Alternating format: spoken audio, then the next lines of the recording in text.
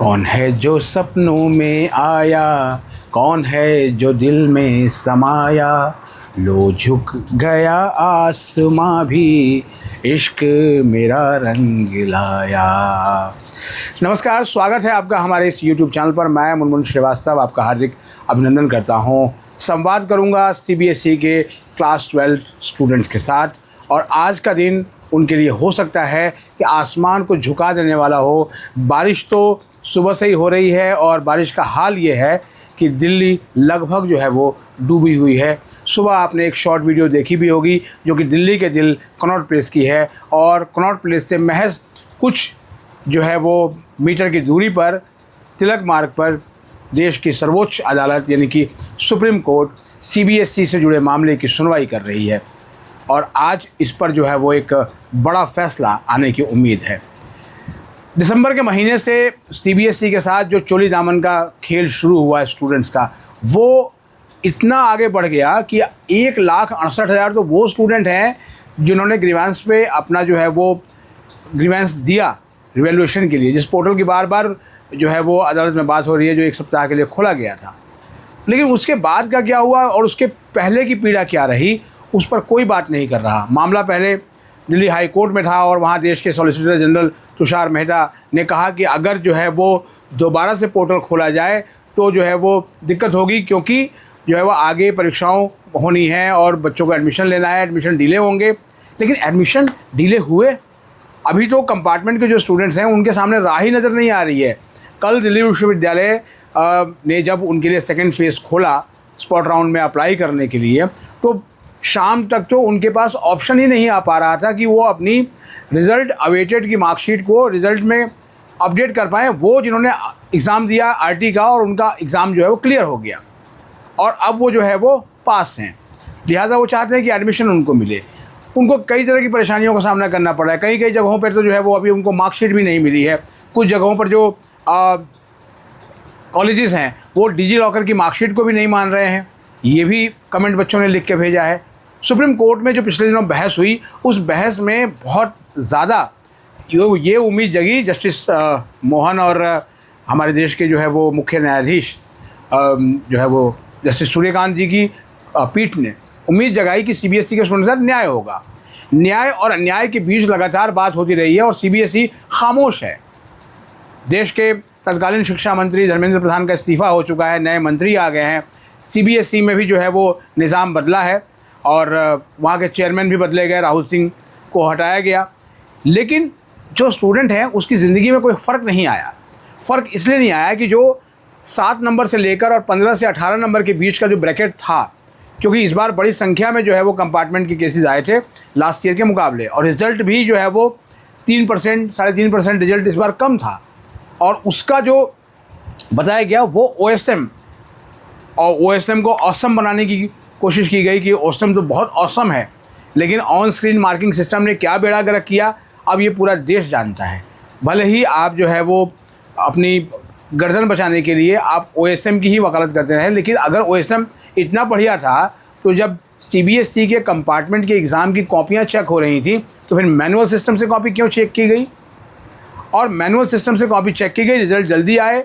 और वो अलग बात है कि आपने ही डेटा दिया कि 53.08% जो है वो इस बार कंपार्टमेंट के कैंडिडेट्स का रिज़ल्ट रहा है, जो कि हर बार 30-35 रहता है, यानी 20-22% रिज़ल्ट बढ़ा। ये रिज़ल्ट और बढ़ सकता था अगर रिवैल्यूएशन के समय में बच्चों को उनकी आंसर स्क्रिप्ट दे दी जाती। आज भी जो स्टूडेंट हैं वो ये कमेंट जो है वो भेज रहे हैं कि उनको उनके आंसर शीट आज भी नहीं मिली है। उन्होंने उसके लिए पैसे भी जमा कराए और उसके बाद भी उनको नहीं मिली है। ऐसे कितने स्टूडेंट हैं, इसका कोई डेटा नहीं है। जब सुप्रीम कोर्ट ने पूछा CBSE से, सरकार से, तो उन्होंने कहा कि नहीं, बहुत टाइम दिया गया था। क्या 1 हफ्ते का समय बहुत बड़ा समय होता है? ये स्टूडेंट्स के भविष्य, उनके करियर का सवाल है। इसकी जो टीस है, इसकी पीड़ा है, वो ताउम्र झेलेंगे। और इसीलिए ग्रेस मार्क्स की बात हुई थी। मैंने आपको कई बार वीडियोज़ में बताया था कि ग्रेस मार्क्स ऐसे नहीं मिलते हैं। 3 से 5 नंबर तक जो टीचर जो है वो वैसे ही कॉपीज़ में दे देते हैं, क्योंकि जब कॉपियाँ चेक होती हैं और बाद में जब मैनुअली वो आके टोटलिंग करते हैं तो फिर देखते हैं अच्छा बच्चा थोड़े से रुक रहा है, चलो इसको देखते हैं कहाँ कहाँ गुंजाइश हो सकती है, नंबर बढ़ा दें। लेकिन जब OSM टेक्निक से कॉपियाँ चेक हुई तो वहाँ ऐसी कोई गुंजाइश नहीं थी। वहाँ स्टेप मार्किंग को लेकर जो है वो कुछ भी नहीं था, और शिक्षक जो है जो कॉपियाँ चेक कर रहे थे उनको प्रॉपर ट्रेनिंग भी नहीं थी।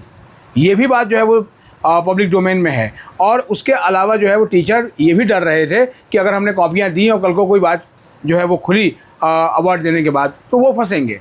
तो ऐसी स्थिति में नुकसान किसका हुआ? नुकसान बच्चों का हुआ, और बच्चों के साथ नुकसान हुआ परिवारों का। और एक परिवार में जब कोई बच्चा किसी कंपार्टमेंट आई हुई है ना, तो उसका दर्द समझिए। मुझे पिछले दिनों एक बच्चा मिला जो कंपार्टमेंट में जो है वो उसने एग्ज़ाम दिया। पहले ये एग्ज़ाम 15 जुलाई को होना था, फिर 28 जुलाई को हुआ, और उसके बाद वो बच्चा पास हुआ। उसके परिवार की खुशी छिपाई नहीं छिप रही, वो आज भी पार्टियां कर रहे हैं। लेकिन समस्या फिर उनके सामने वही आ गई जो कि तुषार मेहता जी की दलील से मेल नहीं खाती।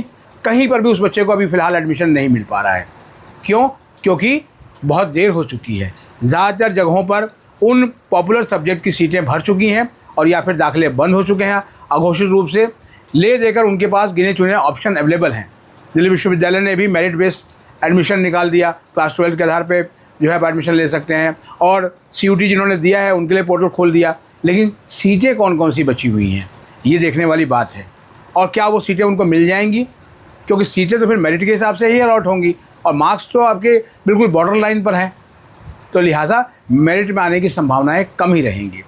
इसीलिए तमाम जो विशेषज्ञ हैं, तमाम जो एक्सपर्ट हैं, हो सकता है जिस वक्त तक आप ये वीडियो देख रहे हों सुप्रीम कोर्ट में सुनवाई पूरी हो गई हो और जज साहब जो है वो फैसले के साथ तैयार हों, लेकिन पूरा देश जो है वो सुप्रीम कोर्ट के चीफ जस्टिस और जितने भी जो है वो न्यायविद हैं उनसे ये उम्मीद लगाए बैठा है कि वो इस मामले में न केवल न्याय करेंगे, बल्कि 2027 की CBSE की जो रूपरेखा क्या हो, किस तरीके से परीक्षा हो, परीक्षा के बाद उसकी मार्किंग कैसी हो, इसको लेकर कोई ऐसी गाइडलाइन पास करेंगे जो कि अपने आप में नज़ीर बने।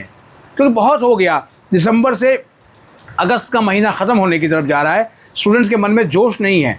रक्षाबंधन का त्यौहार आने वाला है पर उनके अंदर उत्साह नहीं है। जो बहनें जो है वो फेल हो गई OSM के कारण, वो कमज़ोर नहीं थी। अगर 4 विषयों में उनके नंबर 75 से ऊपर आए और एक विषय में आपने उसको नंबर दे दिया 12 या 13, तो ये इस बात की कहीं से पुष्टि नहीं करता कि वो बच्चा पढ़ने में कमज़ोर रहा होगा और उसका वो पेपर ठीक नहीं गया, इसीलिए लिहाजा वो फेल हो गया। इसलिए जो है वो आज पूरा देश, पूरे देश के पेरेंट्स, और मैं भी एक पेरेंट हूँ, और ये चैनल तो है ही बच्चों का, हम सभी जो है माननीय उच्चतम न्यायालय जो कि देश की सर्वोच्च न्यायालय है, उससे ये उम्मीद करेंगे कि इस साल के लिए जो ये स्टूडेंट्स हैं जिनको कि RT दी गई, उन्हें ग्रेस मार्क्स देकर जो है वो इस साल के एडमिशन का जो है कहते हैं ना कि अंत भला तो सब भला, और उनको ग्रेस मार्क्स देकर उन्हें भी पासिंग कैटेगरी में जो है वो लेकर वो आएँ, और वो भी अपनी जो है वो आकांक्षाओं को पूरा करें। स्टूडेंट्स को 5 नंबर से लेकर 20 नंबर तक का ग्रेस मार्क्स उनको दिया जाए, ताकि जो है वो उनका भविष्य संवर सके। ये 5 से लेकर 20 नंबर आपके लिए बड़ा मायने नहीं रखते हैं, ठीक है, CBSE, लेकिन वो स्टूडेंट्स के लिए पूरी ज़िंदगी है, और 1 साल बहुत बड़ा वक्त होता है। अगले साल क्या परिस्थितियाँ होंगी मालूम नहीं, लेकिन अभी फ़िलहाल जो है वो ये है कि बाजी आपके हाथ में है, और हम उम्मीद करेंगे कि जो मानवीय दृष्टिकोण से सोचते हुए स्टूडेंट्स के साथ ऐसा किया जाए। आप क्या सोचते हैं कमेंट बॉक्स में ज़रूर बताएं। ये वीडियो आपको अच्छी लगी हो तो लाइक करके हाइप देना ना भूलें। मिलते हैं एक और एपिसोड के साथ, तब तक के लिए नमस्कार।